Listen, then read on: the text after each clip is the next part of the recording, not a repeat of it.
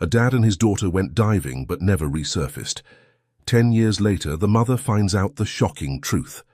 The morning sun cast a gentle glow across Siesta Key Beach, its rays dancing on the turquoise waters of the Gulf of Mexico. Elena Rivera walked barefoot along the powdery white sand, feeling each grain between her toes as memories flooded her mind. At 48, the former marine biologist's face showed the weathering of a decade of grief. Fine lines around her eyes that had once sparkled with scientific curiosity, now dimmed by years of uncertainty and loss. 10 years, a decade since her husband Daniel and 14-year-old daughter Kona had vanished beneath these same waters. The weather today was eerily similar.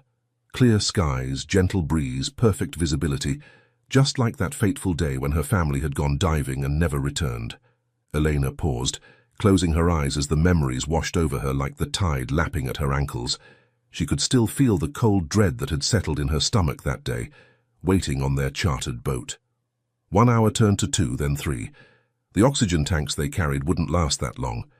Something was wrong. "You promised you'd always come back," Elena whispered to the wind, remembering Daniel's confident smile that morning. "You always came back before." Daniel Rivera had been no amateur. A professional diver with over 20 years of experience, he had worked as a rescue diver, saved countless lives, and even consulted on underwater film shoots in dangerous locations. There wasn't a current or condition he couldn't handle.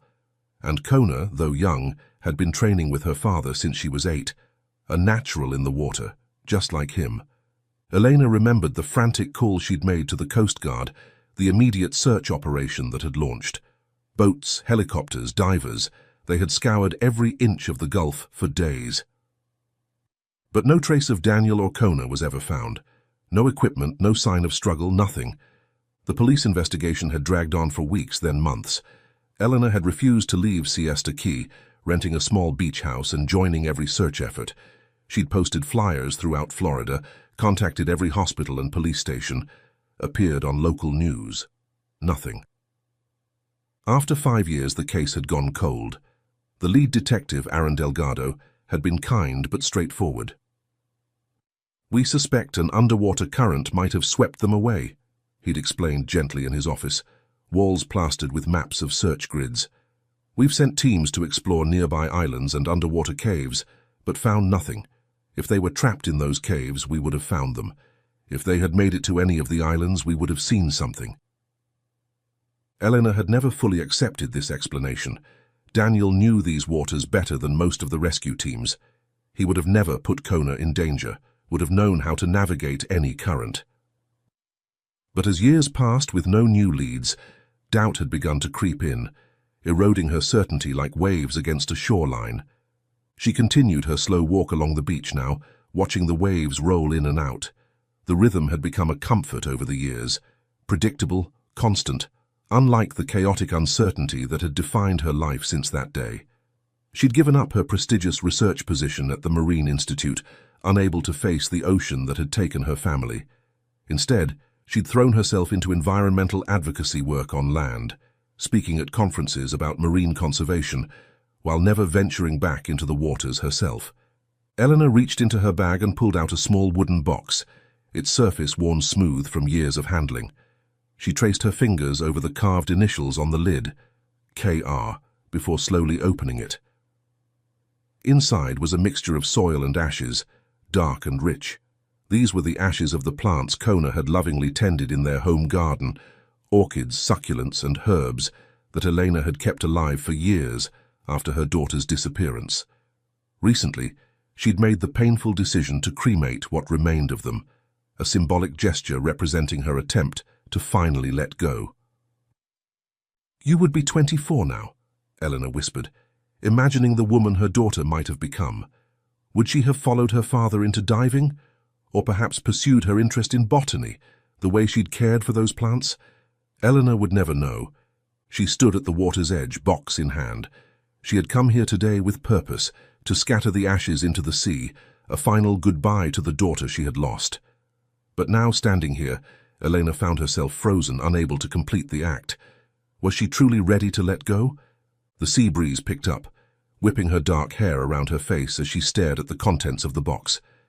The decision weighed heavily on her, the finality of it almost too much to bear. Just as she was about to close the lid, deciding she wasn't ready after all, a vibration from her bag startled her. Her phone was ringing.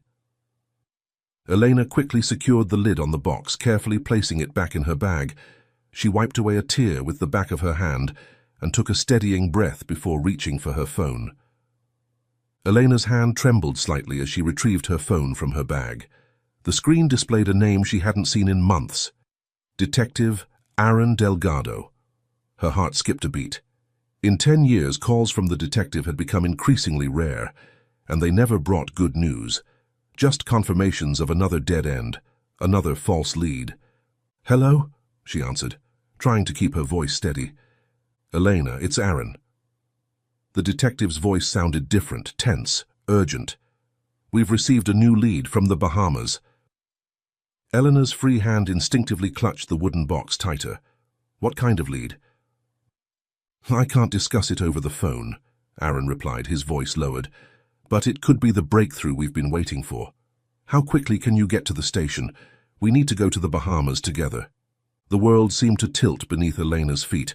"I'm at Siesta Key. I can be there in 30 minutes. "Good, pack light. We might need to move quickly." The line went dead, leaving Elena standing on the beach, heart hammering against her ribs. She stared at the phone for a moment, then at the box of ashes in her bag. Not today, she thought. Not yet. As Elena hurried back to her car, she tried to temper the hope building inside her. Over the years, she'd learned how devastating false hope could be. Each promising lead that fizzled out had taken another piece of her. She'd built walls around her heart, expecting disappointment, preparing for it. "Don't get your hopes up," she murmured to herself as she started the engine. "Be ready for nothing. Again." But despite her self-admonishment, Elena couldn't stop her mind from racing. What had they found in the Bahamas? Why couldn't Aaron discuss it over the phone? Why the urgency? The drive to the police station passed in a blur of traffic lights and turn signals, her thoughts too loud to register the journey. When she arrived, she had to take a moment in the parking lot, hands gripping the steering wheel to collect herself. Deep breaths, manage expectations, prepare for disappointment. Inside the station, Detective Aaron Delgado was waiting for her in the lobby. At 55, the detective had aged visibly since taking on her family's case. His once salt and pepper hair now mostly salt, deep lines etched around his eyes. But today, those eyes held something Elena hadn't seen in years. Excitement. "Elena," he said, meeting her halfway across the lobby, "thank you for coming so quickly." "What's happening, Aaron?" she asked, unable to contain herself. "What did you find?" Aaron glanced around the busy station. "Not here, follow me." He led her to a small conference room and closed the door behind them. Inside, a map of the Bahamas was spread across the table, and a younger officer Elena didn't recognize was typing rapidly on a laptop. "This is Officer Martinez," Aaron introduced briefly. "He'll be coming with us." Elena nodded at the officer but turned immediately back to Aaron. "Please tell me what's going on." Aaron pulled out a chair for her. "The Bahamian police contacted us this morning. A local fisherman found a bottle with a message inside. A message they believe might be from your daughter." Eleanor sank into the chair, her knees suddenly weak. "From Kona?" "After all this time?" "We don't know for certain yet. That's why we need to get to the Bahamas as soon as possible." Aaron leaned against the table. "I've arranged for us to take a seaplane. It's the fastest route. We'll be there in under an hour." "A seaplane, but—" "I know it's sudden," Aaron said, his voice softening. "But if this message is authentic, time could be critical. The fisherman is waiting for us at the police station in Nassau." Eleanor looked from Aaron to the map and back again. "When do we leave?" "Right now. Are you ready?" Eleanor thought of the box in her bag, the goodbye she'd been prepared to say just an hour ago. Now everything had changed. "Yes," she said, standing up. "I'm ready." Within 20 minutes, Elena found herself boarding a sleek seaplane at a small marina, Aaron and Officer Martinez behind her. As the engines roared to life and the plane began to skim across the water's surface, Aaron briefed her on what little they knew.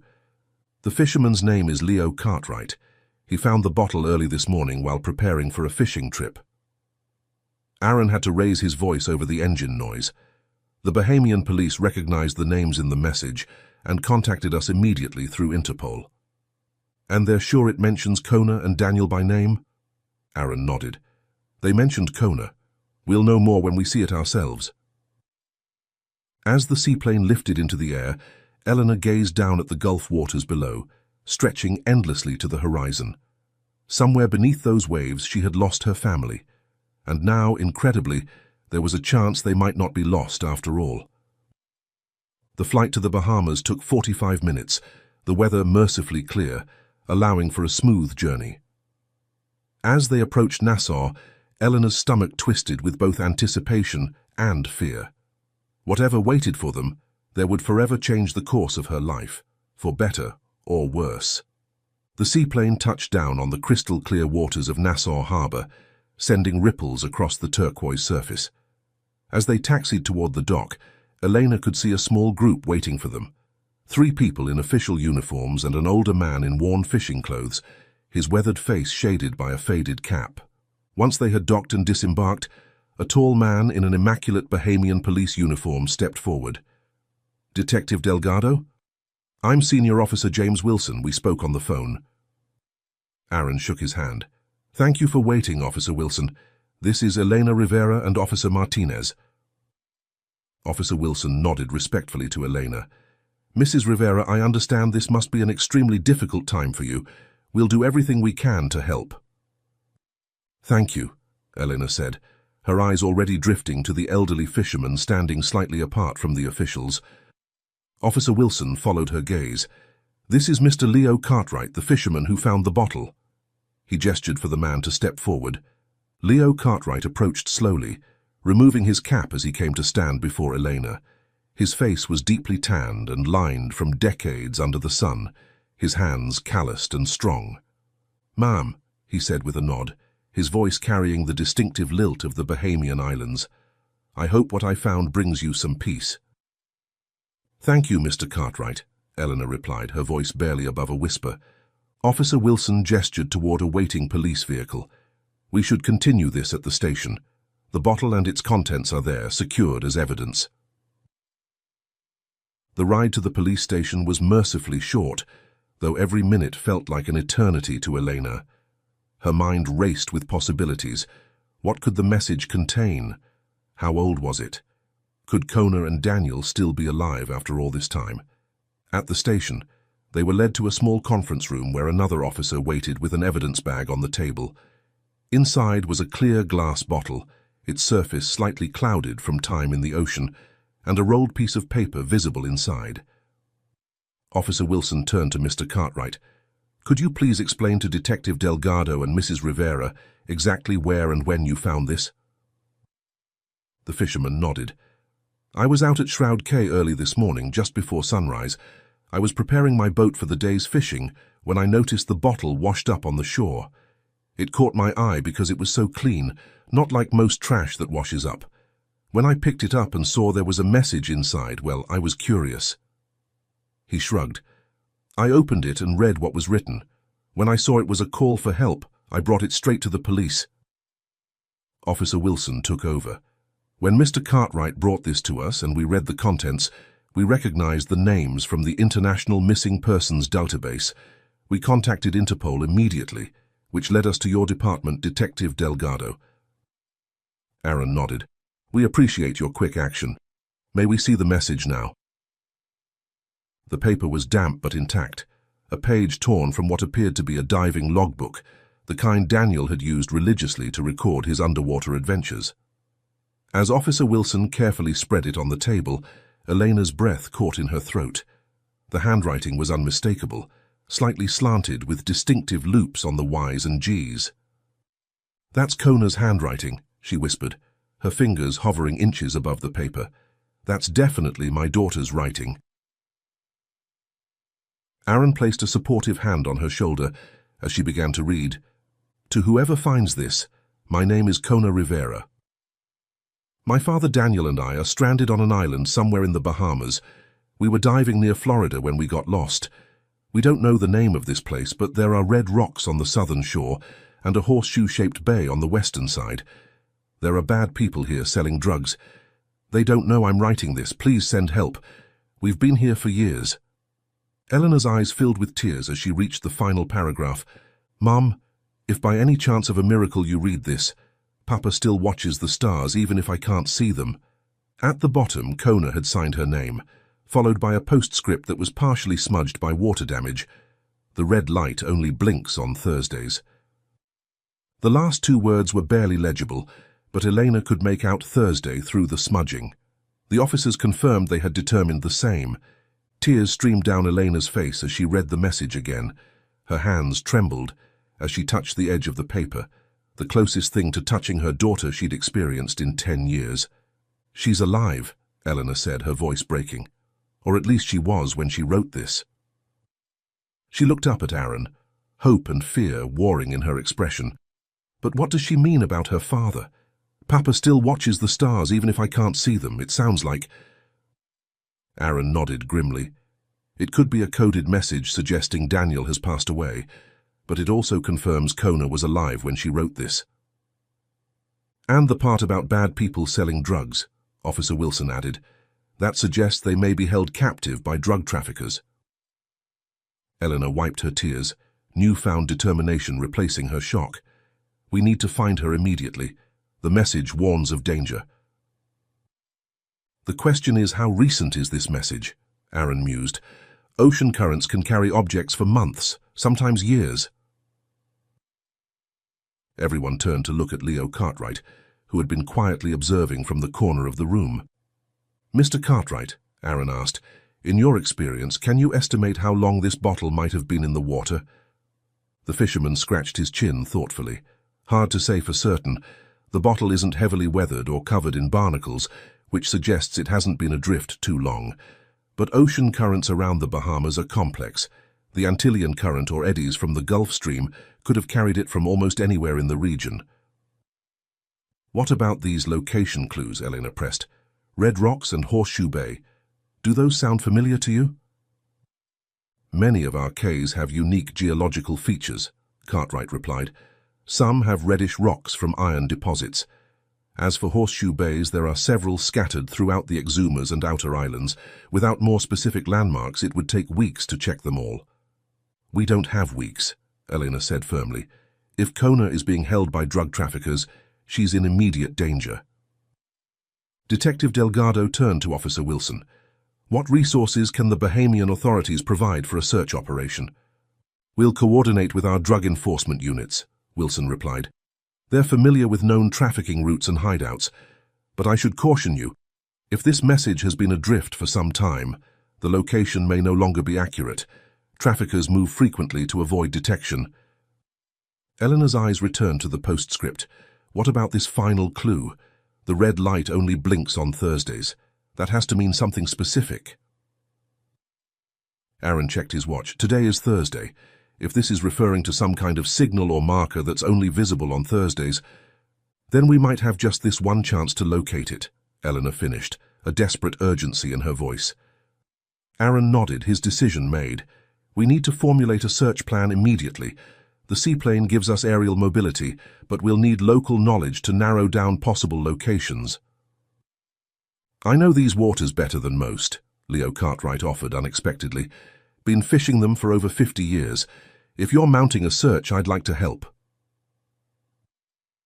Eleanor turned to the elderly fisherman, gratitude in her eyes. "Thank you, Mr. Cartwright. We'll need all the help we can get." Officer Wilson gestured for them to follow him. "Let's move to our operations room. We have detailed maps of the islands there, and we can coordinate with our marine units."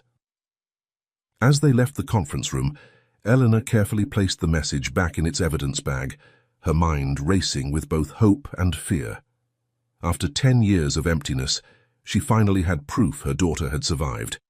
But the cryptic nature of the message left her with more questions than answers. What had happened to Daniel? Was Kona still alive? And most urgently, where exactly in the vast Bahamian archipelago were they supposed to begin their search? The operations room at the Nassau Police Headquarters buzzed with activity as officers gathered around a large table spread with detailed nautical charts of the Bahamas. Elena stood beside Detective Delgado, studying the intricate web of islands, cays, and reefs that made up the Bahamian archipelago. The Bahamas consists of over 700 islands and 2,400 cays, Officer Wilson explained, gesturing to the map. Only about 30 are inhabited, which means there are countless remote locations where traffickers could operate undetected. "And that's exactly what we're looking for," Aaron said, tracing his finger along the chain of islands. "Somewhere remote, uninhabited, but accessible by boat." An Interpol liaison officer who had joined the briefing nodded in agreement.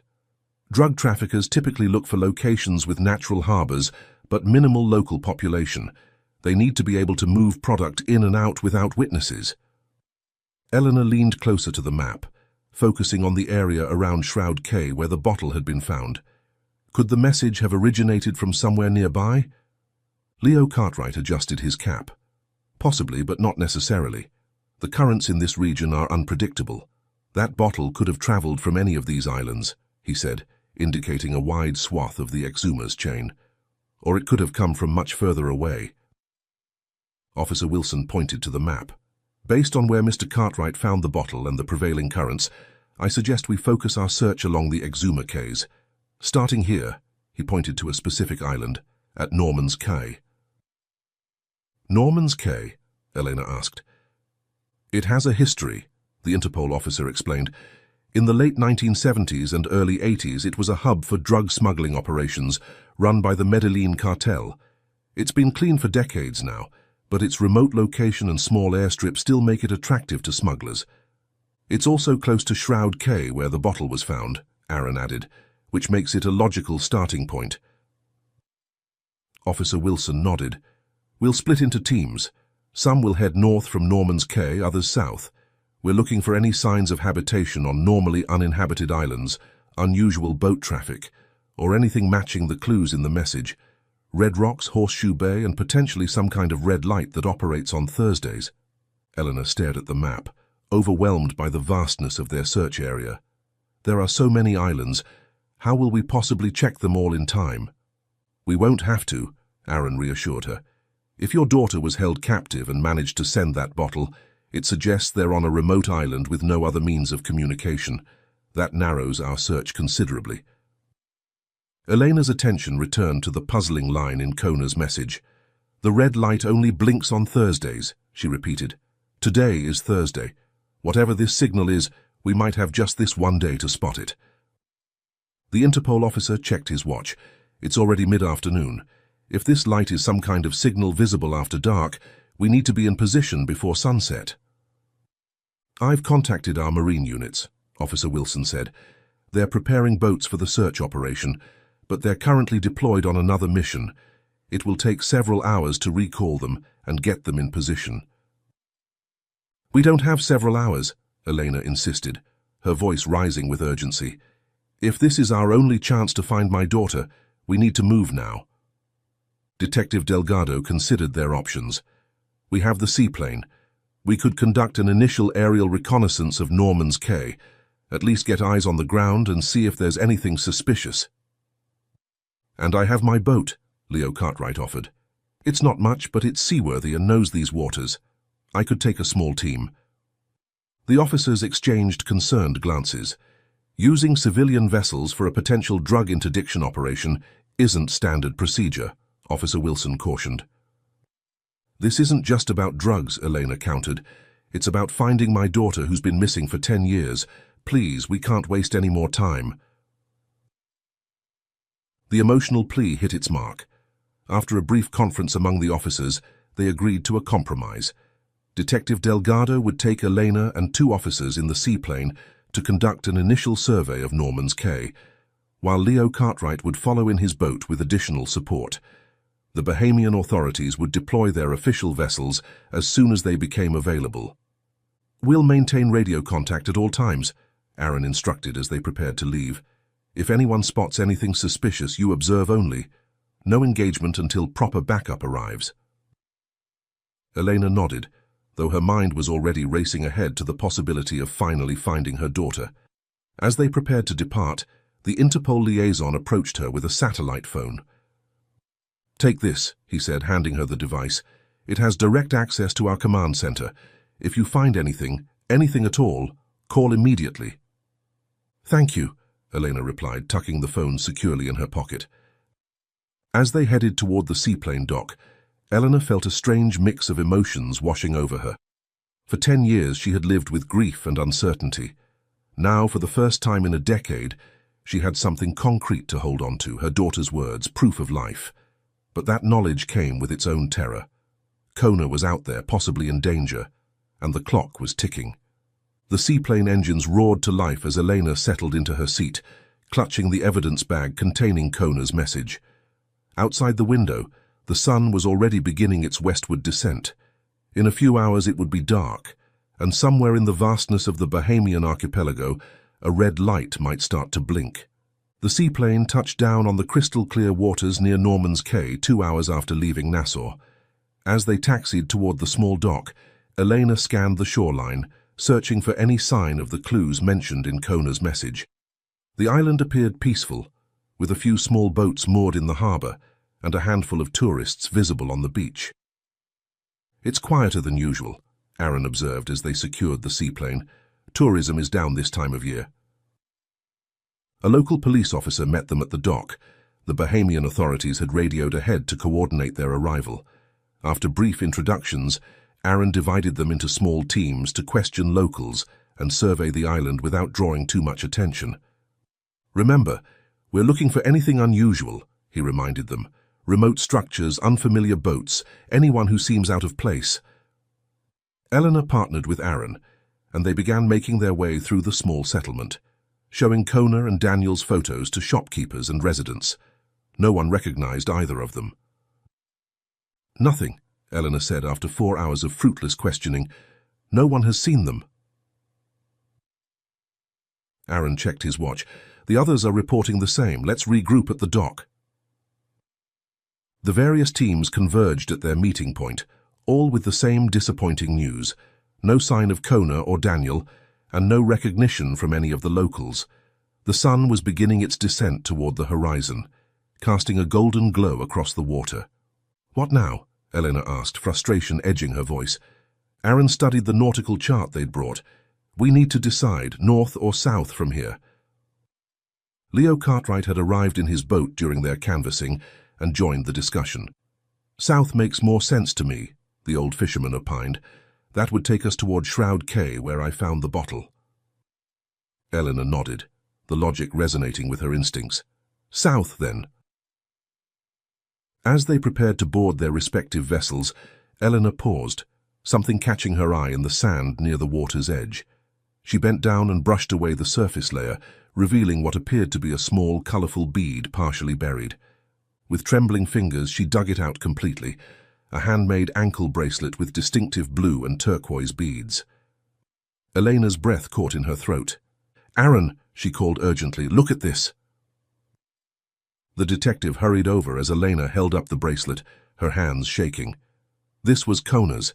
She made it herself when she was 13. She was wearing it the day they disappeared.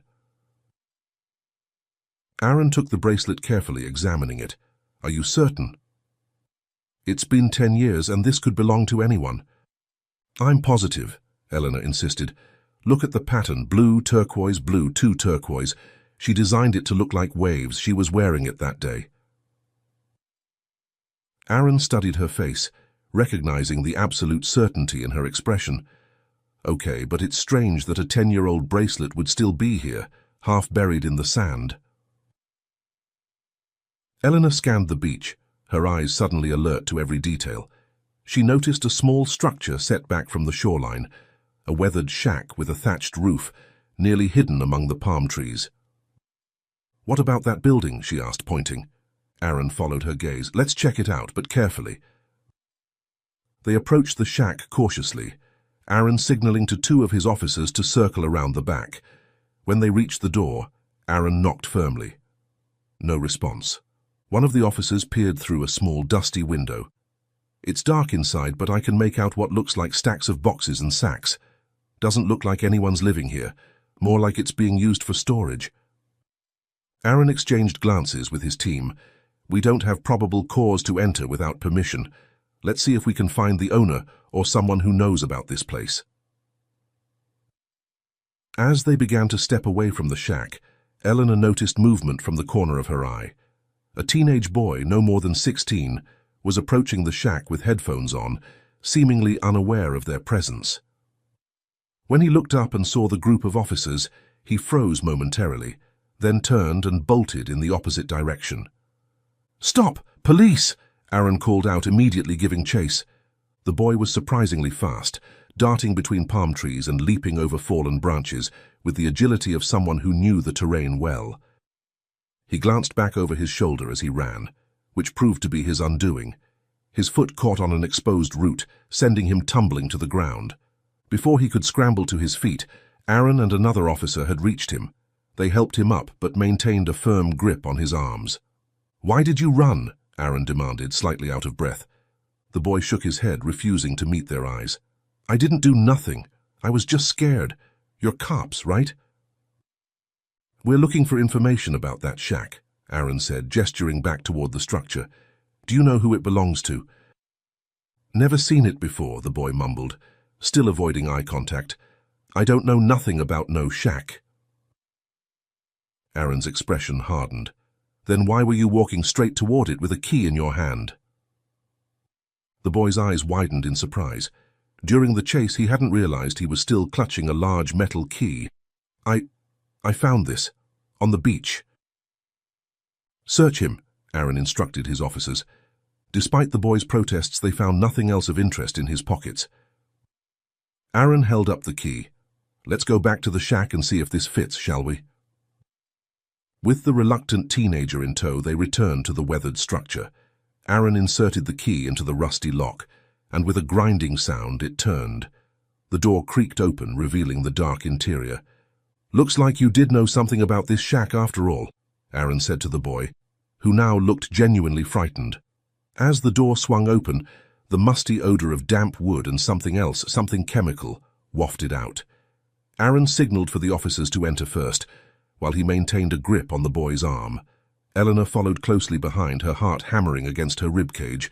Inside, the shack was larger than it appeared from outside, filled with wooden crates and burlap sacks stacked almost to the ceiling. One of the officers switched on a flashlight, illuminating the dusty interior. "Check the crates," Aaron instructed, still restraining the increasingly agitated teenager. An officer pried open the nearest wooden crate. "Coconuts," he reported, revealing dozens of the brown fruits packed tightly together. "And the sacks?" Another officer slit open one of the burlap bags. "Looks like coral rocks? Some kind of mineral samples." Aaron narrowed his eyes, surveying the cramped storage space. "Keep looking." Something doesn't add up. As the officers continued their inspection, Aaron turned his attention back to the trembling boy. "What's your name?" "Miguel," the boy muttered, eyes darting around the shack. "Miguel, you're in a lot of trouble right now," Aaron said firmly, "but things will go better for you if you cooperate. What's really in these crates and sacks?" Miguel shook his head vehemently. "Just what they said, coconuts and rocks. I just watched the place, that's all." One of the officers called out from the back of the shack, "Detective, you need to see this." He had removed several layers of coconuts from a crate, revealing carefully packaged bricks of white powder nestled in the center. Similarly, another officer had emptied a sack of coral rocks to find sealed packages hidden within the mineral samples. "Cocaine," Aaron confirmed after a quick inspection. "Looks like a significant operation." He immediately reached for his radio, contacting the Bahamian authorities. "This is Detective Delgado. We've located a drug storage facility at Norman's Cay, requesting immediate backup and forensic support." After receiving confirmation that units were on their way, Aaron turned his full attention to Miguel, who now looked pale with fear. "Last chance to help yourself, kid. Where is your group operating from? And have you seen this woman or man?" He showed Miguel the photographs of Kona and Daniel. Miguel's eyes flicked to the photos, then away. I don't know nothing about no drugs. I'm just the key holder. I watch the shack, that's all. Please don't hurt me. Elena stepped forward, her eyes pleading. Please, Miguel, the girl in the photo is my daughter. She's been missing for 10 years. If you know anything at all, please tell us. The boy's resistance began to waver under Elena's emotional appeal. Before he could respond, however, the door burst open as Bahamian police officers flooded into the shack, led by Officer Wilson and the Interpol liaison. Secure the scene, Officer Wilson commanded, and get forensics in here immediately. In the commotion that followed, Miguel was separated from Elena and Aaron, taken to a corner of the shack for formal processing. The Interpol officer approached them with a grim expression. We've been tracking a cartel operating in this region for months, he explained, but we never had a solid lead on their storage locations. This could be the breakthrough we needed. What about my daughter? Elena pressed. Could she be connected to this operation? It's possible, the Interpol officer acknowledged. Drug trafficking groups sometimes use kidnapped individuals for forced labor. If your daughter and husband stumbled upon their operation 10 years ago... Elena's face paled at the implication. Officer Wilson joined them, having overheard the conversation. We've separated the boy from the others. He seems frightened enough that he might be willing to talk, especially if we offer some leniency. Let me try, Elena suggested. He's just a kid and he seemed to react when I mentioned Kona. After a brief discussion, the officers agreed to allow Elena and Aaron to interview Miguel, with Officer Wilson present. They moved to a quieter corner of the shack, away from the bustling activity of the evidence collection. Miguel sat on an overturned crate, handcuffed and looking miserable. He glanced up as Elena approached, then quickly looked away. Miguel, she began gently, I'm not interested in getting you in trouble. I just want to find my daughter. Please, if you've seen her or know anything about her, tell me. The boy remained silent, staring at his shoes. Officer Wilson leaned in. Listen, son. You're in serious trouble here. Possession and distribution of narcotics carries heavy penalties. But if you cooperate, tell us what you know about this operation and these missing people. We might be able to help you. Miguel's shoulders slumped. I've seen her, he finally mumbled. I'm sorry for lying. I've seen her. Elena's heart leaped. Kona? You've seen Kona? Where? The woman in the picture, Miguel clarified. But they moved her. They keep moving, never stay in one place too long. When did you last see her? Aaron pressed. Couple months ago, maybe. Miguel shrugged. They don't tell me much. I'm just a lookout. Elena pulled out the photo of Daniel. What about him? Have you seen this man too? Miguel's expression changed subtly, a flicker of recognition quickly suppressed. He hesitated before answering. Him? No, don't think so. Aaron caught the hesitation. Miguel, we can tell when you're lying. What do you know about this man? The boy fidgeted, avoiding their gaze. After a long moment of silence, he finally spoke, his voice barely audible. Me and my friend were the ones who buried him, 3 years ago. Elena felt the blood drain from her face. Buried him? You're saying he's dead? Miguel nodded reluctantly. He used to work for the cartel, but he betrayed them. The boss found out he was trying to slip a rescue note in one of the deliveries. Not the drug ones, but the real rock minerals they sell in the market. They executed him right away. Elena collapsed onto a nearby crate, her legs no longer able to support her. The confirmation of what she had feared, what Kona's cryptic message had suggested, hit her like a physical blow. Daniel was gone, had been gone for years while she continued to hope. Where? She managed to ask through her grief. Where did you bury him? Miguel pointed toward the sea. We didn't bury him on land. The boss made us tie rocks to his legs and drop him in the deep water. Said that way no one would ever find him. Aaron placed a supportive hand on Elena's shoulder as she struggled to process this devastating information. Do you remember where exactly? The boy shook his head. It was at night, somewhere off one of the outer quays. I couldn't tell you which one now. Officer Wilson stepped in. "Miguel, we need to know where they're keeping the woman, Kona. Lives are at stake here." Miguel looked genuinely frightened. "I don't know exactly. They move around, but—" He hesitated. "There's something about Thursdays. That's when they do the big transfers." Elena's head snapped up. "The red light only blinks on Thursdays," she quoted from Kona's message. "Yeah," Miguel nodded. "They use red signal lights for the boats coming in with product. It's like a code. They only do it on Thursdays when the Coast Guard patrols are on the other side of the islands." Aaron exchanged a significant look with Officer Wilson. "Today is Thursday." "We need to move," Officer Wilson agreed, already reaching for his radio to update his team. As the Bahamian police took Miguel away for formal processing, Aaron turned to Elena, concerned about her emotional state after the devastating news about Daniel. "Elena, maybe you should return to Nassau with the next transport. This operation could become dangerous, and you've just received traumatic news." Elena wiped away her tears, a new determination hardening her features. "I've been searching for 10 years, Aaron. I'm not stopping now, not when we're so close. Kona is still out there. She needs me." "The red light and horseshoe bay," she continued, focusing on the clues rather than her grief. "The Mayan airport here on Norman's Cay, its bay is horseshoe-shaped. Could that be what Kona meant?"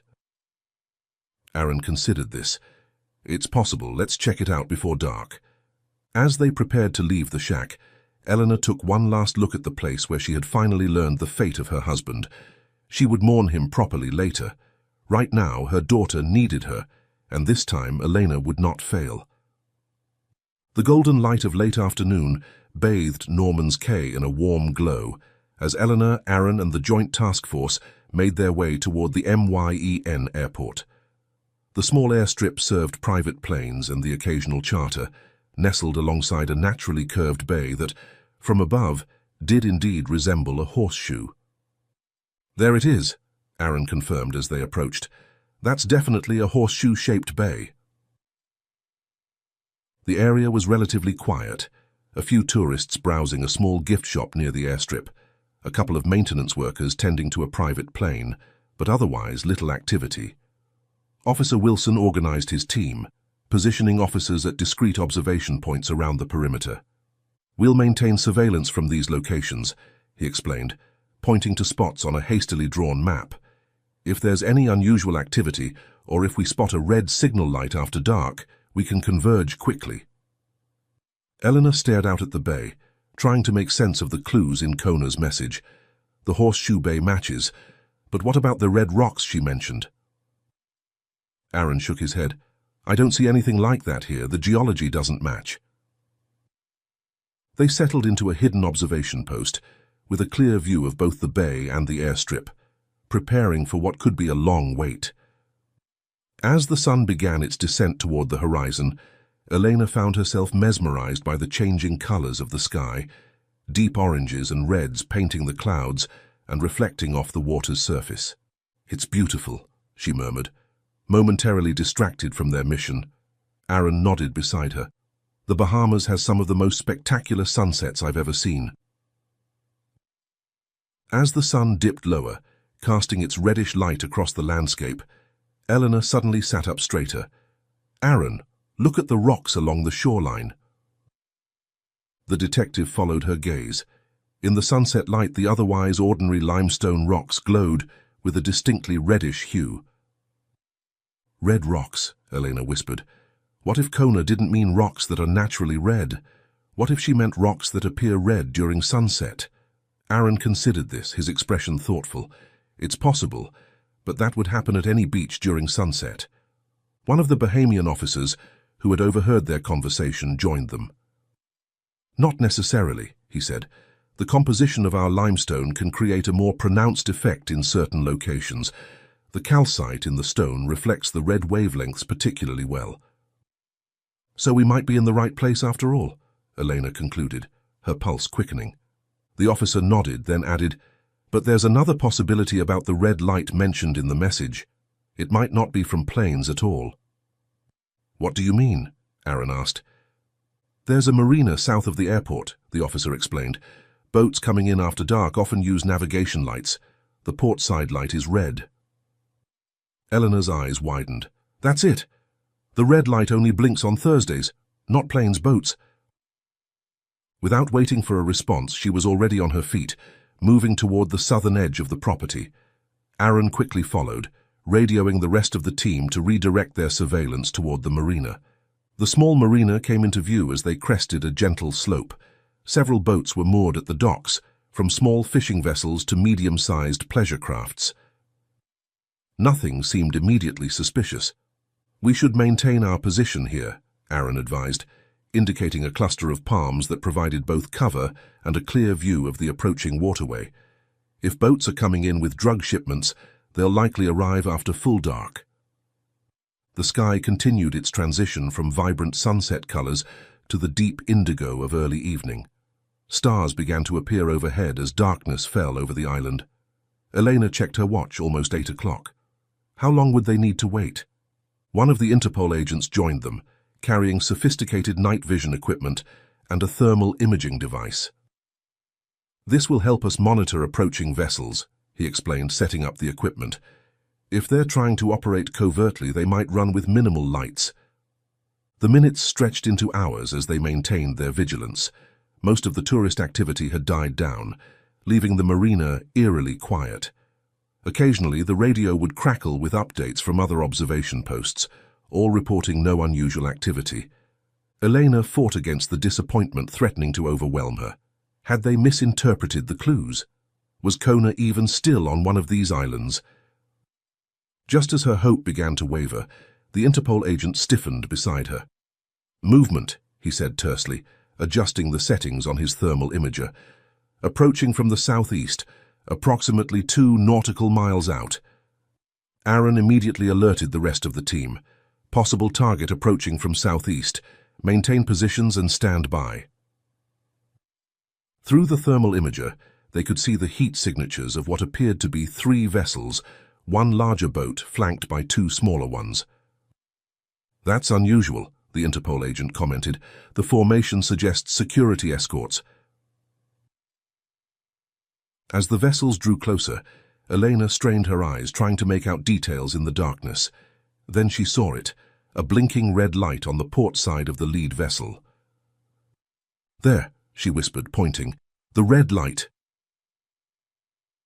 Aaron radioed the command center in Nassau, providing coordinates and requesting immediate tactical support.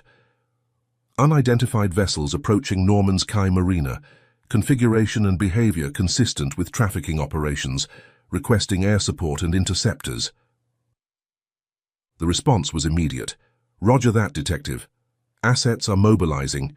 ETA 45 minutes. Maintain surveillance and do not engage unless absolutely necessary."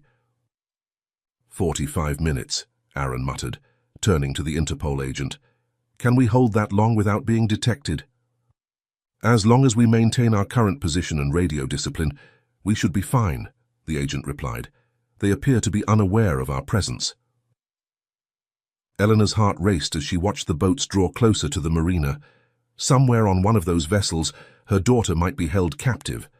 After 10 years of searching, Kona could be just a few hundred yards away. Time seemed to slow to a crawl as they waited, hidden in the darkness, watching as the mysterious flotilla approached the island. The 45 minutes of waiting felt like an eternity. Eleanor, Aaron, and the surveillance team remained perfectly still in their hiding place, watching as the yacht and its escort boats docked at the marina. Through night vision equipment, they observed several men disembarking, some remaining near the vessels, while others moved toward a nearby warehouse. "They appear to be waiting for something," the Interpol agent whispered, his eyes never leaving the thermal imager. "Or someone." Aaron nodded. "Probably the contact who was supposed to be at the shack, Miguel." Elena's attention was fixed on the main yacht. "Can you see if there's anyone else on board, a woman?" The agent adjusted his equipment, scanning the heat signatures. "There are multiple people still on the yacht.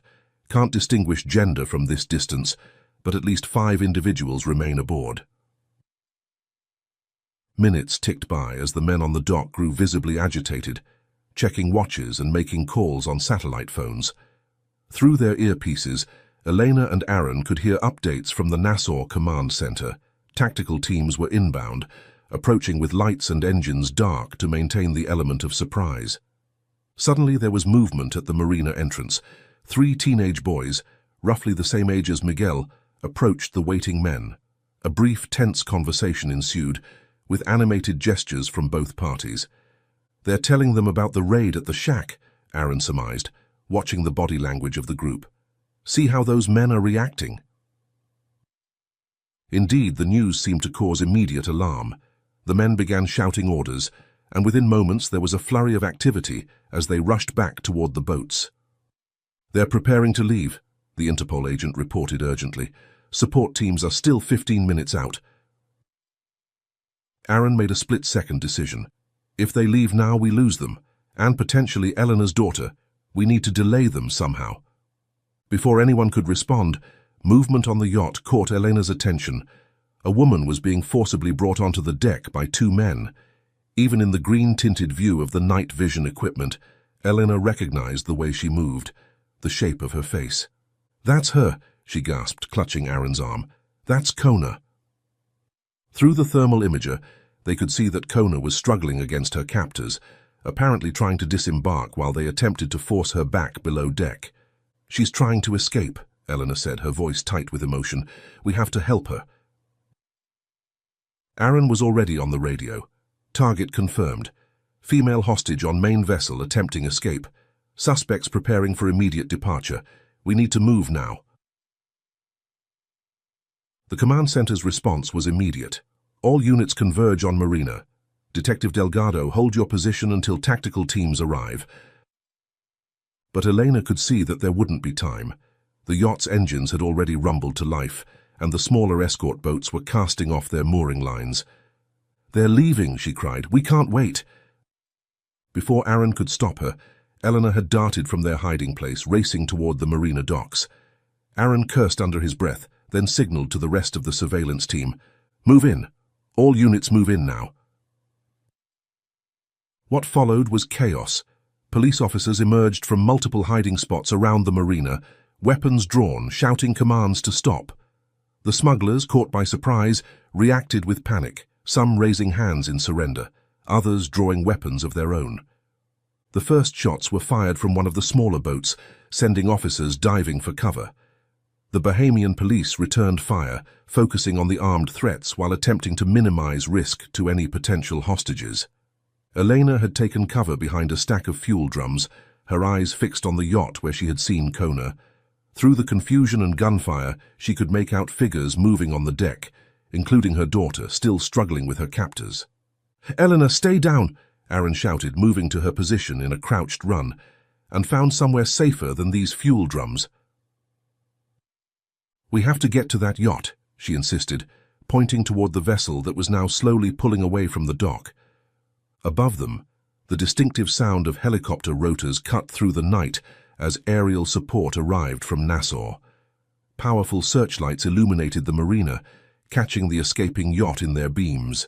The smaller escort boats, seeing they were outgunned and surrounded, quickly surrendered. But the yacht continued its attempt to escape, accelerating away from the dock. "They're getting away," Eleanor cried, watching the distance between the dock and the yacht growing.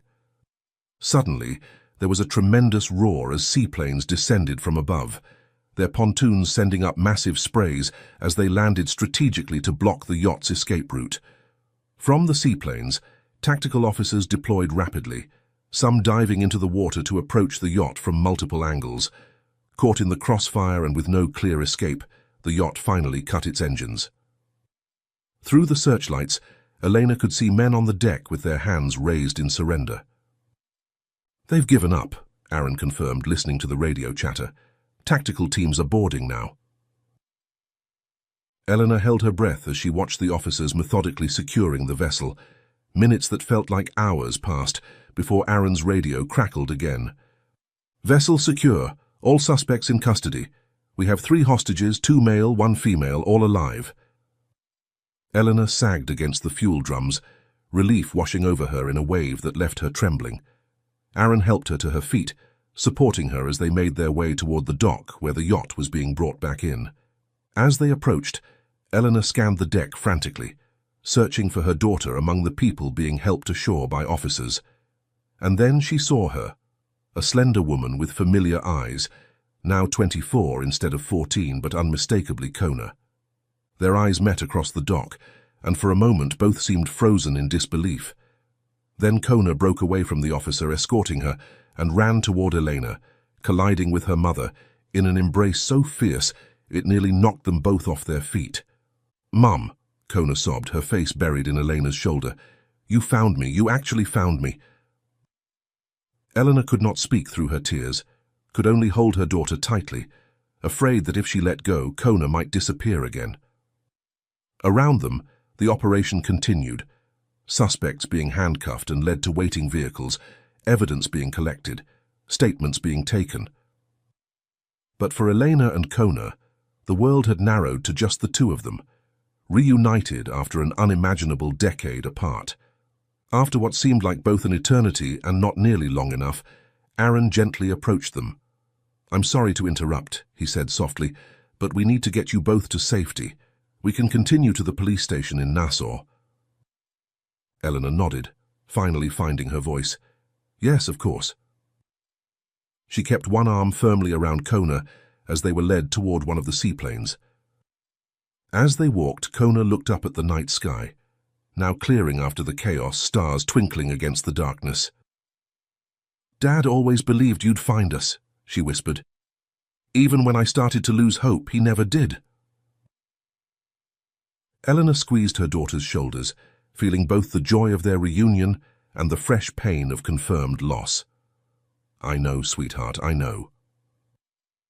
The seaplane journey back to Nassau seemed both instantaneous and eternal. Elena couldn't take her eyes off Kona, studying every detail of her daughter's face, the girl she remembered now transformed into a young woman.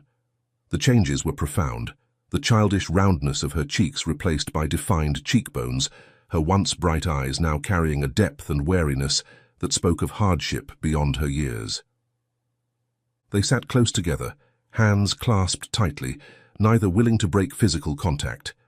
Words seemed inadequate for the moment, so they simply held each other, the steady drone of the seaplane engines providing a backdrop to their silent reunion.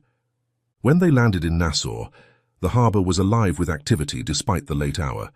Police boats with flashing lights, media vehicles with satellite dishes, and a crowd of officials waiting at the dock. Aaron helped them disembark, shepherding them through the crowd with a protective arm. "We'll take you directly to the station," he explained. "There are medical personnel waiting to check you both, and then we'll need statements." At the Nassau police headquarters, Elena and Kona were led to separate rooms. A necessary procedure, Aaron explained, to ensure their testimonies weren't influenced by each other's recollections. Elena wanted to protest, to insist that she wouldn't be separated from her daughter again, but the logical part of her brain understood the necessity. "It will just be for a little while," Aaron assured her, "and then you'll be reunited." In a small, comfortable interview room, Eleanor sat across from Aaron and an Interpol officer. They explained the process ahead. Her statement would be recorded, followed by discussions about what would happen next with the investigation and their return to Florida. "Before we begin," Aaron said gently, "I should tell you what we know so far about the operation we just disrupted." Elena nodded, trying to focus through the emotional exhaustion. "The man we arrested on the yacht is Rafael Tassau, the leader of a drug trafficking organization that's been operating between the Bahamas and Florida for nearly 2 decades, Aaron explained. "He's managed to stay under the radar by keeping his operation relatively small and avoiding the flashier tactics of larger cartels." "And my family." "How did they get involved with him?" Eleanor asked, her voice tight. Aaron's expression was sympathetic. "From what we've gathered from the initial statements of those arrested, your husband and daughter were simply in the wrong place at the wrong time. They were diving near a remote quay where Tassau's organization was conducting a transfer. They were spotted coming ashore and were captured as unwanted witnesses."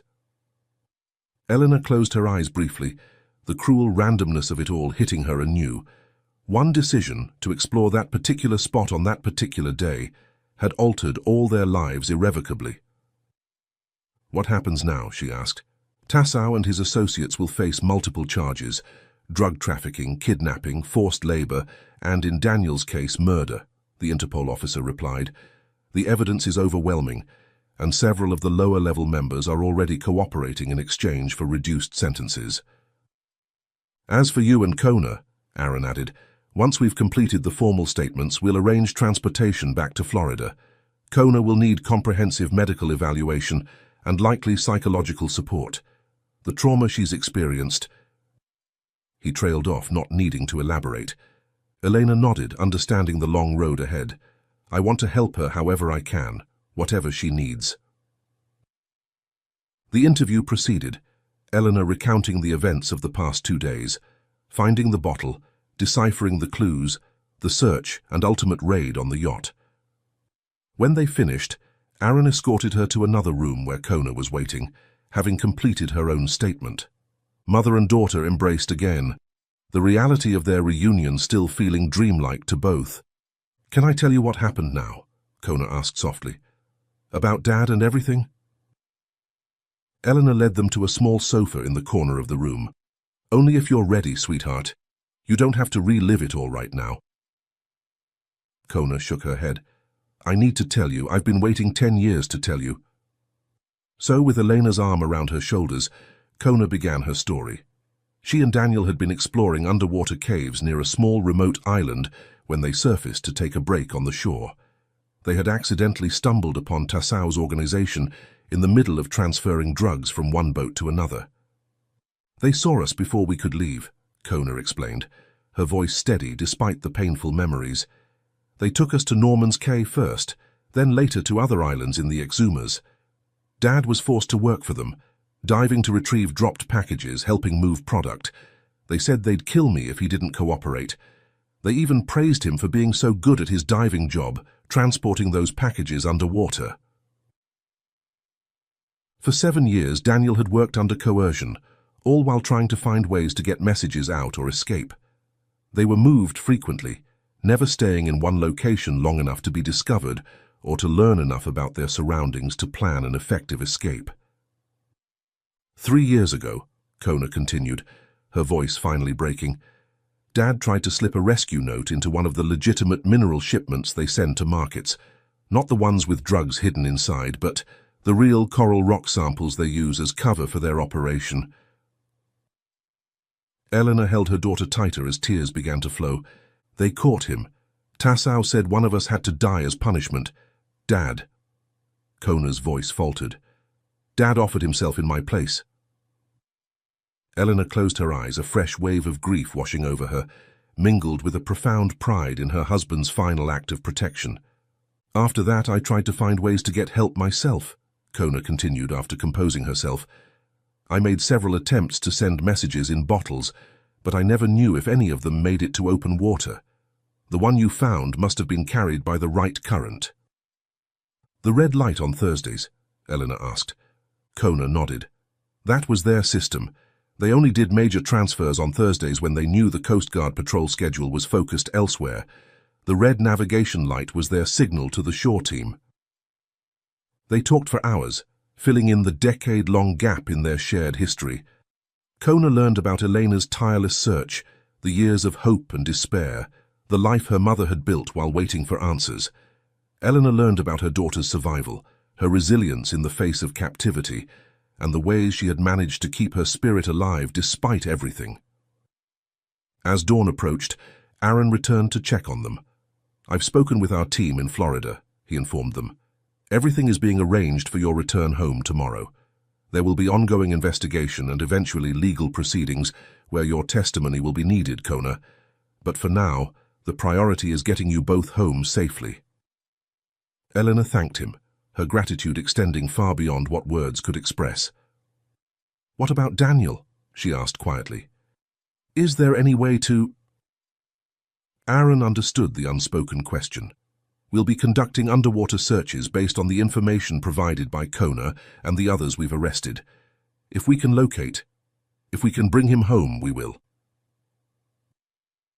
Later that morning, As Elena and Kona prepared to rest in the temporary accommodations provided by the Bahamian authorities, they stood together by a window overlooking the harbor.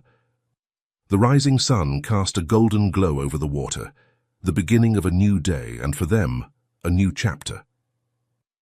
"I still can't believe you found me," Kona whispered, leaning against her mother's shoulder. "I never stopped looking," Elena replied, kissing the top of her daughter's head. "Not for a single day." "What happens now?" Kona asked, uncertainty in her voice. "I don't even know what home is anymore." Eleanor turned to face her daughter, gently cupping her face between her hands. "Home is where we're together," she said firmly. "Everything else, the house, the city, the details, we can figure out as we go, but you're not alone anymore, and neither am I." She opened her bag and showed her the ankle bracelet she found. "This led me to you." Kona took the bracelet, a faint smile tugging at her lips. "I threw this away. I don't know, 3 or 4 months ago, right after I nearly gave up. It was a few months after I sent the message in the bottle. Dad used to say that to me. Home isn't a place, it's people. Whenever I got scared we'd never make it back to Florida. But after he died, and still no one came, I lost hope. They've been forcing me to dive to replace him for years to help move the drugs. And I did. I convinced myself that even if you or the police ever found me, they'd just see a criminal. Everything became a blur. I didn't know what to believe anymore."